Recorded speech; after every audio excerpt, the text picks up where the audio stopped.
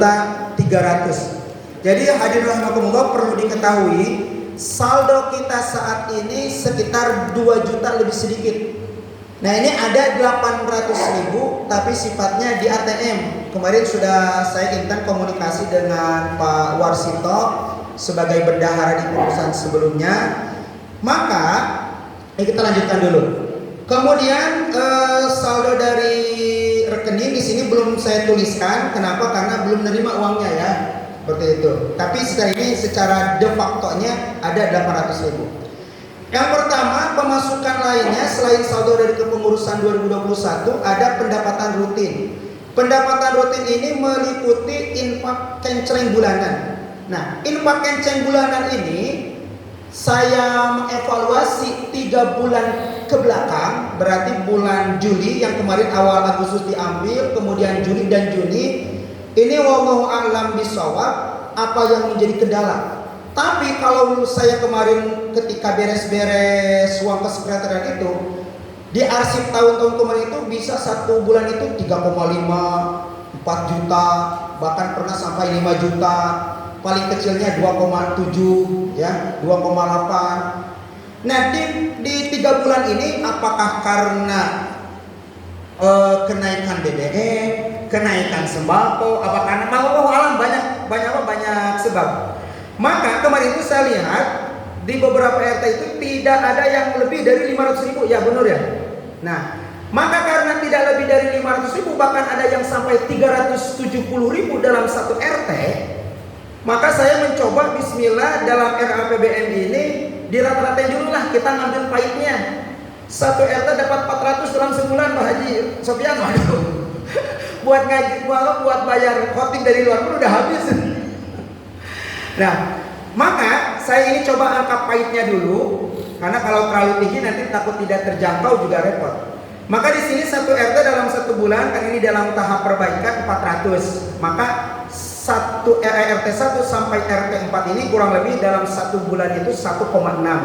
1,6 kali 12. Ini sudah saya tuliskan. Ya, Agustus, September sampai Juli. Kemudian infak Jumat, ini Pak Endang PJ-nya ini dituliskan 1 juta. 1 juta ini bukan 1 kali Jumatan, tetapi 4 kali Jumatan. Jadi kalau kita rata-ratakan infak Jumat itu 250.000 1 kali Jumat dikali 4 kali itu sudah dapat 1 juta untuk 1 bulan. Kemudian sholat Idul Fitri, kegiatan sholat Idul Adha.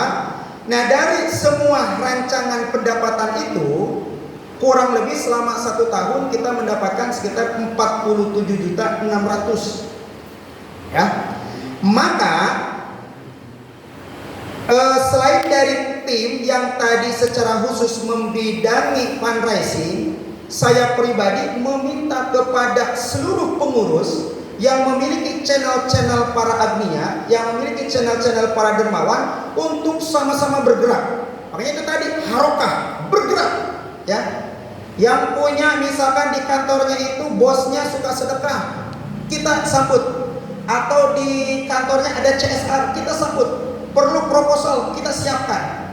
Nah sehingga insya Allah nanti ke depannya seperti yang sudah saya sampaikan, kita ini memiliki call center sekarang.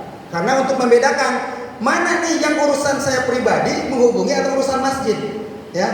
Bahkan ini mohon maaf Pak Haji Ruyat barangkali nanti mau sedekah. Ini call center masjid, HP-nya agak jadul.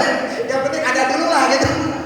HP Bekasi Pati rusak Pawi, ya udah saya ambil, saya perbaiki, nggak apa-apa. Kita pakai dulu, yang penting nanti ketika kegiatan terpisah. Oh, kalau perumahan BCA nggak tahu masih di luar sana, tapi kalau Allah berkenan bisa kesini dan bisa membantu kita. Ini pun jangan takut, ya kita bikin program yang besar.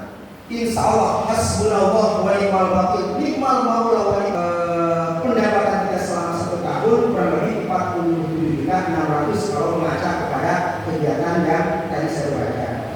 Ini pun mohon izin di jadwal sampai jam 21.45. Mohon izin tambahan waktu 15 menit mudah-mudahan selesai ya. Pak Jerry bisa mohon izin kepada semuanya.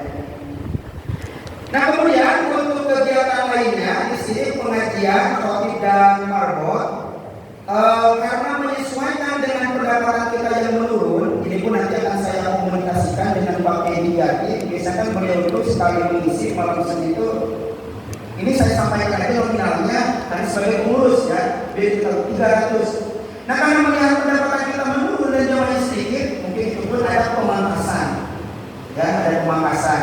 Termasuk kegiatan ini pengajian itu dulu cekat aliran terakhir ya.